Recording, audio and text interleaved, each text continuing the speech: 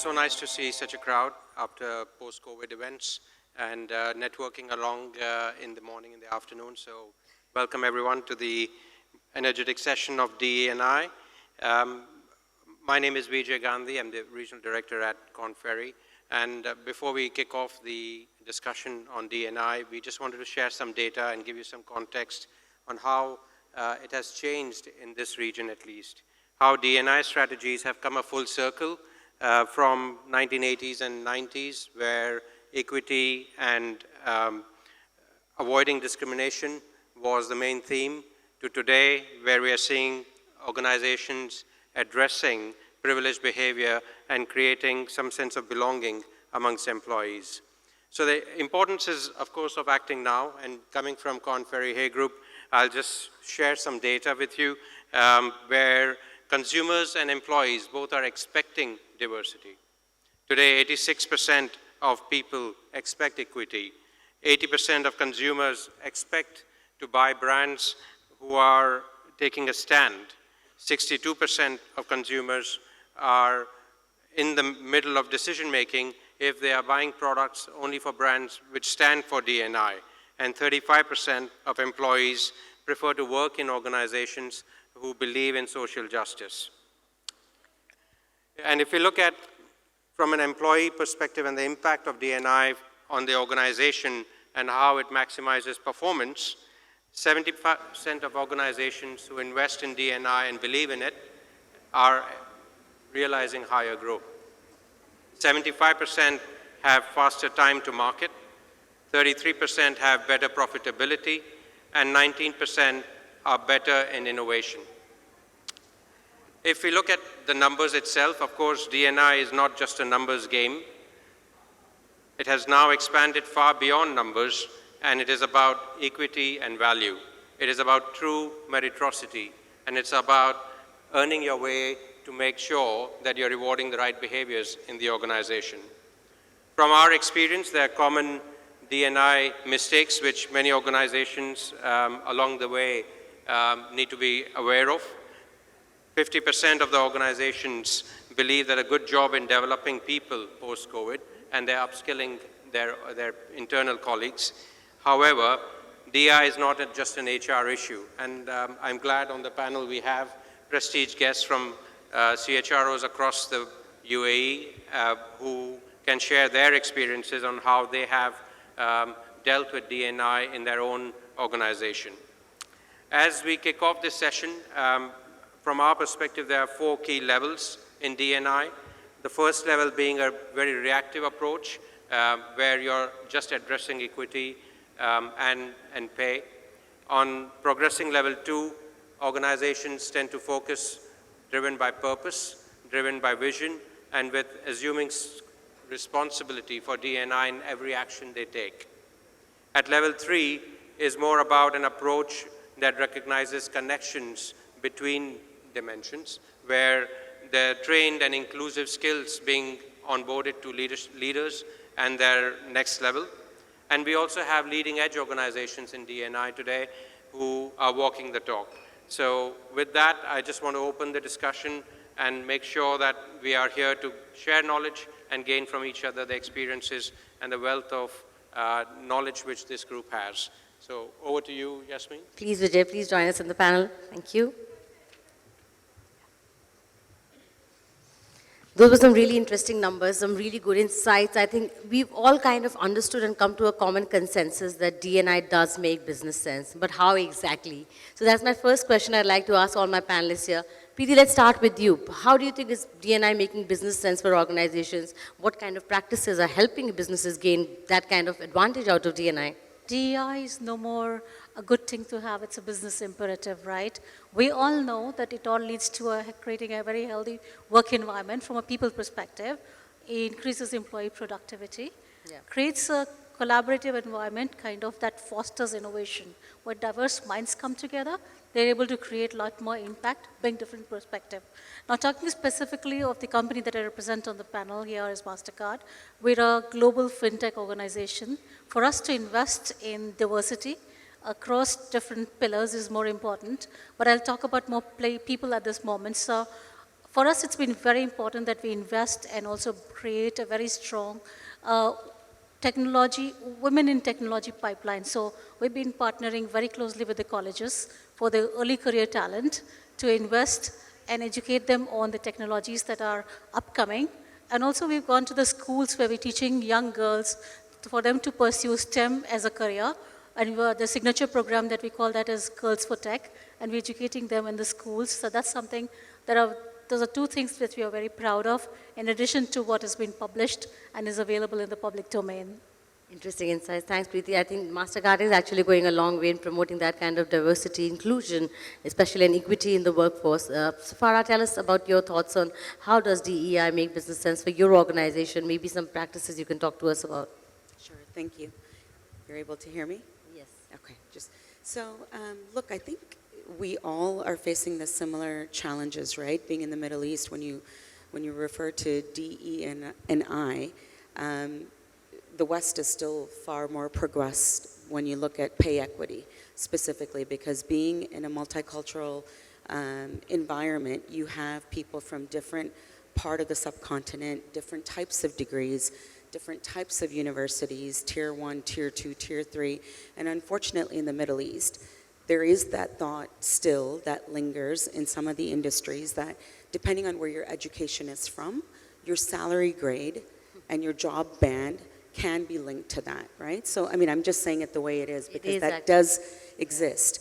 But what we've been able to do at Aster DM Healthcare, we have about 30,000 employees in 7 countries, is really make this a board agenda. This is not an HR agenda. This is not an agenda that one needs to just continue to measure with the line managers, but make it a discussion that the board sees and update, just like you do with succession, with leadership succession, that DE&I is an important topic that is discussed, and make it a priority, right? Because when you're trying to drive change, it has to be, you have your vision, you have your mission, you have your strategy, you have your values, and then you have your culture. Yeah. At the end of the day, what we've been able to do is to say, look, where's the belongingness from the employee standpoint? How does the employee connect to the organization? We want to care, so it's not just the individual, but it's also what we do in terms of, you know, healthcare, and going out to the society, really looking at, as a provider, what are we doing to help the community specifically? So I think that belongingness is a big piece that we're actually saying from a cultural standpoint, that Aster cares. Now, how do you fit into that?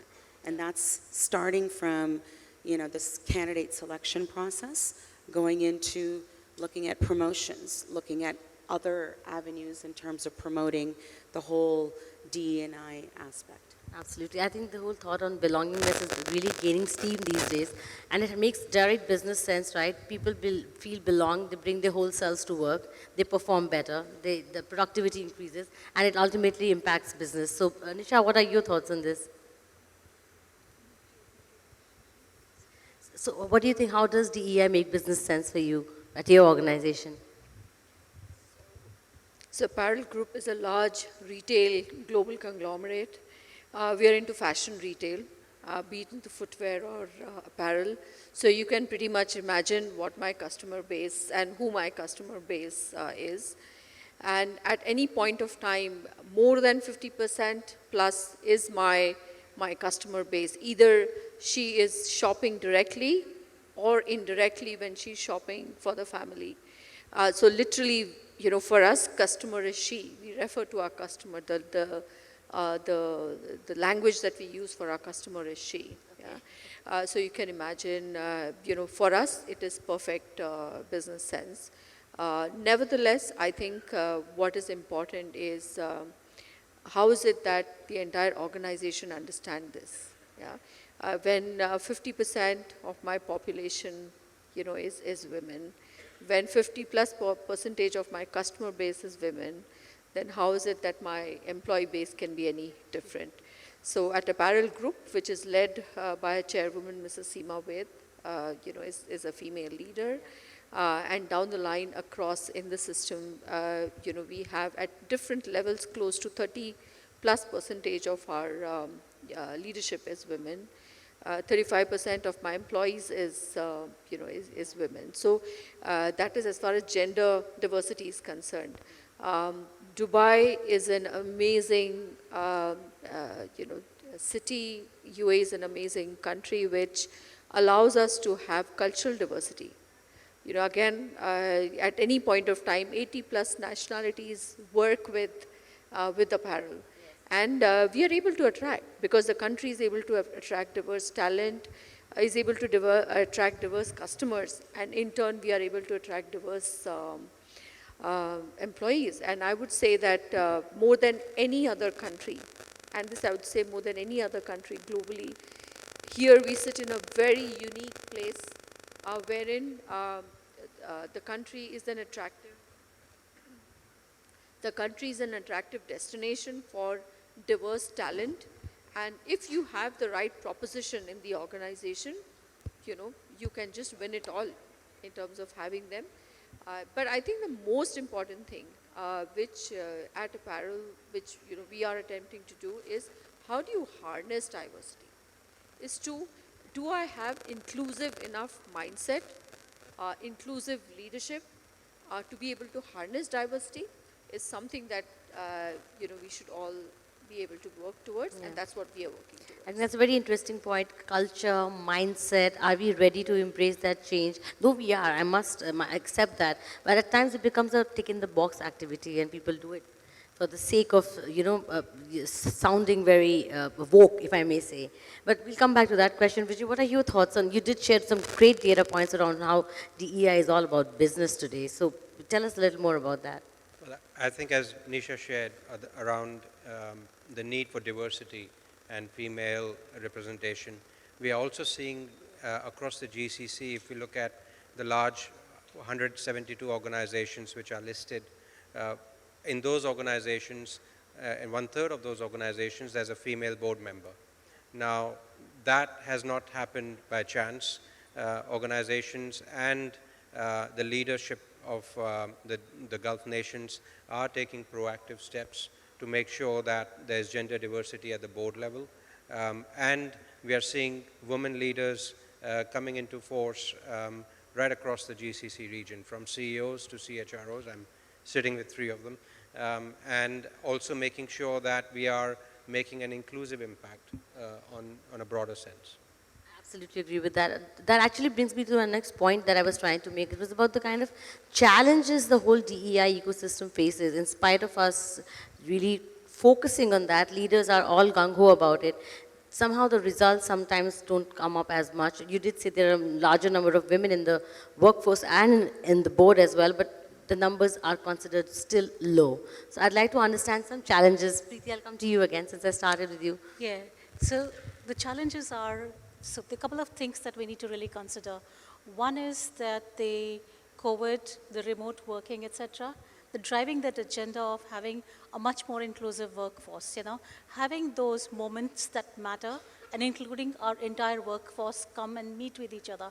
I think while COVID kind of helped us become more digitized, Zooms and MS Teams have taken the full charge, but we're working towards including people come to work, and we've kind of implemented flex working where there are moments that matter. People will come in and be together and collaborate and innovate better. So that's one challenge that we face. And the second challenge that we kind of have faced is also, and this is a generic statement that I'm making, that the women have been taking much more caregiving opportunities, especially at the junior mid-level. We've seen a little bit of an attrition, and we're working towards bringing some of those women back who have taken a career break, because the market really offers a great opportunity for hiring women who have taken a career break, or they are trailing spouses, because especially in GCC, there are a lot of expat community, and their spouses are kind of joining them. Yeah. So we're looking at hiring the men and women both, who've taken a career break and trying to help them restart their career. So those are the 2 challenges which we're trying to convert into opportunity. All right, Farah, are the challenges any different in your industry, or what do you think? Yes, so I think, we always look at this agenda from top down. One of the things that we've been able to start doing is when we've gone through a whole culture renovation is even for those people that have left, right? Specifically, when we're looking at our attrition data in healthcare, I mean, even in our organization, we have 60%, which we're really proud of to say are women, right? Just from a gender perspective. But when we go into leadership, it's less than 20%. Yeah. So what's happening is when we actually go in and look at what you were referencing in terms of why are women not wanting to take those more visible roles? Exactly. What is happening? Because they're still the caregiver at the home, and they want less stress. So how do we create that balance in encouraging women to move up? So as we've had exits and attrition, that's one of the things we're going back to women and asking, what can we be doing differently? Yeah. How can we actually be creating a platform to promote that? We've created, as part of our whole culture renovation, we've created our employee support groups as well, which is really linking to the whole DE&I aspect to start bringing out some of those nuances that are discussed in different subgroups. So we have, you know, majority of our nursing workforce, which we have close to 9,000 employees as nurses, are women. But there's high attrition. So why are they leaving? What is happening? How can we actually move them? We've created now leadership development programs to move them into a management track and give them some flexibility. So there's a lot of work that's happening, but I still think that you need to have allies in the business who really believe this. Yeah. It's very different to say, yes, there's a policy and I'm an advocate, but when you start digging and you start creating, bringing out those differences in front of the leadership team, that's when the conversation begins. Yeah, I think that's very interesting. We need those sponsors, we need mentors, we need those allies, because the dropout ratio at a certain age, at the certain career span is always very high. That is where the whole, I think, the loop happens. So, Nisha, is it the same for your organization? Are the challenges different? So for a moment, I'd like to move away from gender diversity because, yes, I think some of the challenges are common, but especially here in the UAE, in Middle East, I have also seen that there's a lot of young talent. Yeah? Candidates or people start working immediately after their, the plus 13. Yeah? So they immediately start working, and we've also seen an increased trend of internships, lowering the age. So I think now 15 years onwards, people can start to work in companies and do their internships. So one is young talent. Second is the whole definition of loyalty undergoing change in young talent. Yeah? So does everybody want young talent in their organizations? Of course, yes. But there is this changed definition of loyalty and the duration of work, that, how many hours do they really want to work? Do they want to work in one place? Do they want hybrid working? Do they want remote working? Do they want anywhere working, right? So I think, and in the room, I'm assuming there are a lot of HR practitioners. We have to become mindful of the fact that there is good talent out there. But it's very important to, at any point of time, do a pulse check on what are the aspirations of this young talent which is entering the workforce. How differently do they want to work? And if you need to tap into that talent pool, you will have to possibly break and come down 2 generations down to be able to understand that. Because we all belong to a very different generation where, the definition of loyalty, the number of hours of working, all of that was very different. Yeah. Yeah? The moment I'm able to understand those challenges, understand those barriers, I would say they no more remain challenges. Yeah? They are data points available to me to restructure my work accordingly. And we have seen some very, very good new laws come into place, wherein, you can hire people on contract, you can hire people as part-time, you can have reduced hours of work, and so on. So I think one just really needs to get a lot more creative to be able to bring in that diversity, to open that diversity doors of diversity of your organization. The moment you do it, you become like that one magnet that, people are drawn towards. Yeah, I think what you're focusing on here is multi-generation diversity, and that's very important. I think every organization today has multi-generations working together. Managing them is another ball game, I must say, altogether. But otherwise, having them in the same organization is interesting because their aims and aspirations don't match anymore. So that's interesting. Vijay, what are your thoughts? What challenges have you seen in this space? Well, from my experience in the last 2 decades, especially on total rewards, what we have seen is a holistic change. When I joined Workforce, there were 4 different scales, one for nationals, one for Western expats, one for Eastern expats, and one for other Arabs. And from there, we have come down to one scale in majority of the organizations.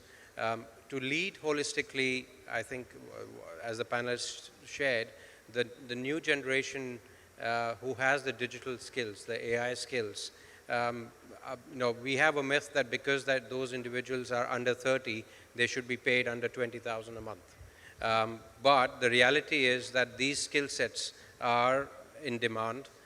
They shouldn't be tasked under the IT roles, and they should be sitting with the business.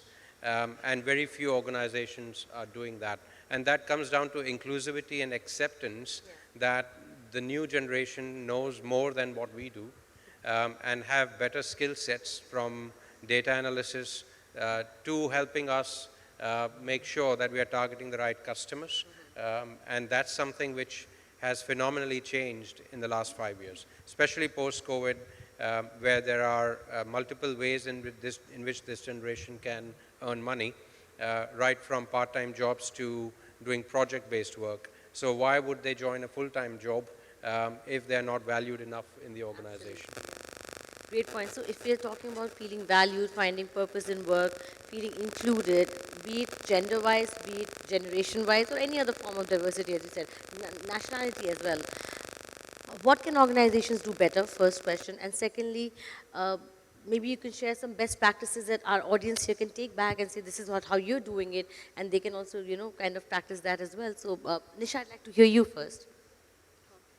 You changed it, right? Yeah. You tricked me, okay? I think, and now over the years, I've been working in the D&I space for some time, and I realized that the moment D&I or DE&I becomes a way of life, in terms of, it becomes when I say not only HR, I think leadership's way of thinking. Great that, point. I think those are certain parameters that you need to be aware of. Absolutely. When you are looking at possibly your culture, or when you're looking at your practices or strategies for, I think, higher impact.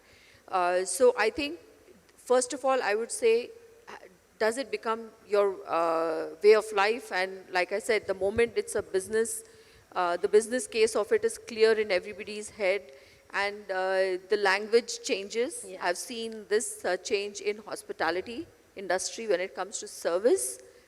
They refer to their customers as she. Yeah. Retail, definitely. So I'm saying this whole, I think best practices in terms of being aware who your customer is, having the right language. And I would say you have to lead by example. Lead by example. I think tokenism does not help. Yes. Possibly having a CHRO who is a woman, or, any other support function which is a woman. I'm not saying that is tokenism, but I'm just saying just don't leave it there. They can be good starting points because you may find talent in that space, but ensure some roles which have key impact down the line in the organization. Like, for example, a chairwoman or a CEO or a COO, who is a woman. I think that would, definitely make a huge impact. So pick up your huge impact roles, and I mean, we have it, I think, in our organization clearly. So that is something that I would say, keep the pressure on to ensure that your organization makes those decisions. Yeah. The second thing which I have done, and we follow in Apparel as well, identify, so I've identified certain functions, certain brands, and the HR business partners for those particular brands and functions know that unless they take the CVs of people, be it, either if I'm trying to impact culture or gender, right through to the last stage.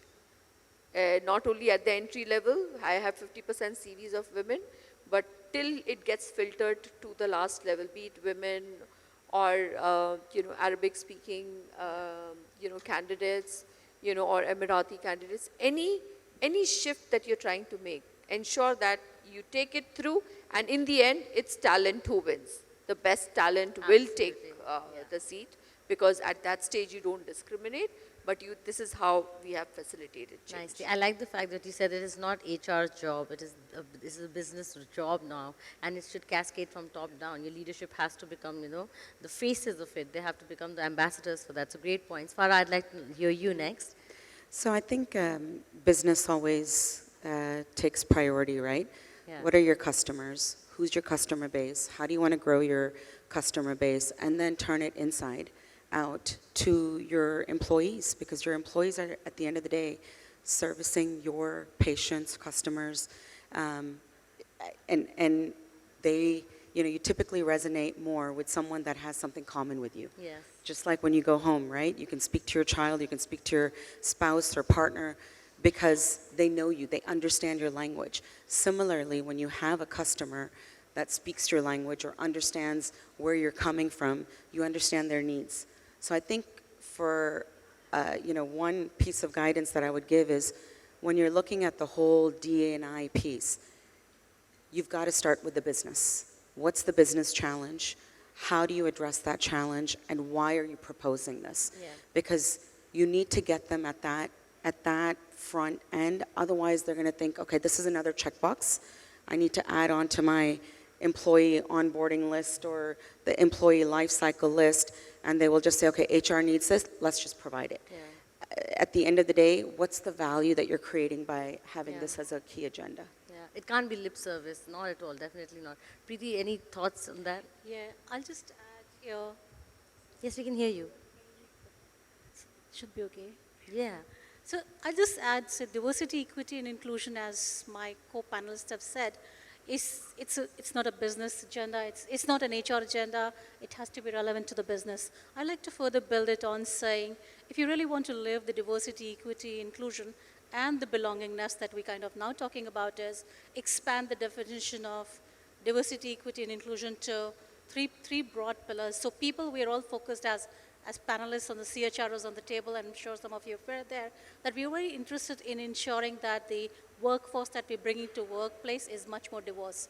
And it's just not the gender diversity, but also how they think, how they look, and et cetera, et cetera. So that's the people aspect of it. But what I'd like to invite, and building on what my fellow panelists have said, look at society as well. So how we're really investing into the society really to create that diversity. And I'll take an example of the organization that I represent here. So we are a financial services, fintech global organization. We're investing heavily on building 25 million women entrepreneurs. How are we doing it? By financial inclusion. We're helping them understand how do you really go about, how do you get credit? How do you really manage your finances if you're running a small unit? So it's also contributing to the society and bringing that awareness that how can we really bring the society together. Third piece is the market, and that's something that I'm going to build on what Farah said. For us, what we do at Mastercard is look at our products and solutions that have to cater to the different levels of people and different background of people. So the diversity has to be thought from people, society, and market perspective, and that's where you'll bring all the leaders. You don't have to drive people to really the DEI agenda, but they'll come together because it's the imperative for everyone else to drive that change, whether at the professional space or personal space, is what I'd like to add. Great points again. I think, as we said, it has to make business sense. It has to make sense to the leadership. It has to be cascaded down and up. Has to be part of the culture. Has to be part of the mindset change and in diversity in every form, as we said. Vijay, your thoughts on that? Well, I think as most panelists shared, we are seeing a rapid shift in how we are treating D&I. In simple words, equality is inviting people to the party and inclusion is asking those people to dance. So it's making sure that we are including people from different skill sets and ensuring those skill sets are developed. And post-COVID, we have seen a rapid shift in that. We have seen more organizations opening training academies and training institutes to make sure that we are giving first chance to the internal colleagues to grow and develop. And I think that's a fantastic change we have seen, especially in the last 2 years, which many organizations are practicing at the moment. Fantastic. Thank you so much. So before we wrap up, my final question to my panel here is, what DEI trend or learning would you like to take forward this year? And is there something you'd like to totally scrap? So Vijay, you first here. What DEI learning or trend would you think would be very impactful this year and you'd like it to continue? And is there anything that should totally stop?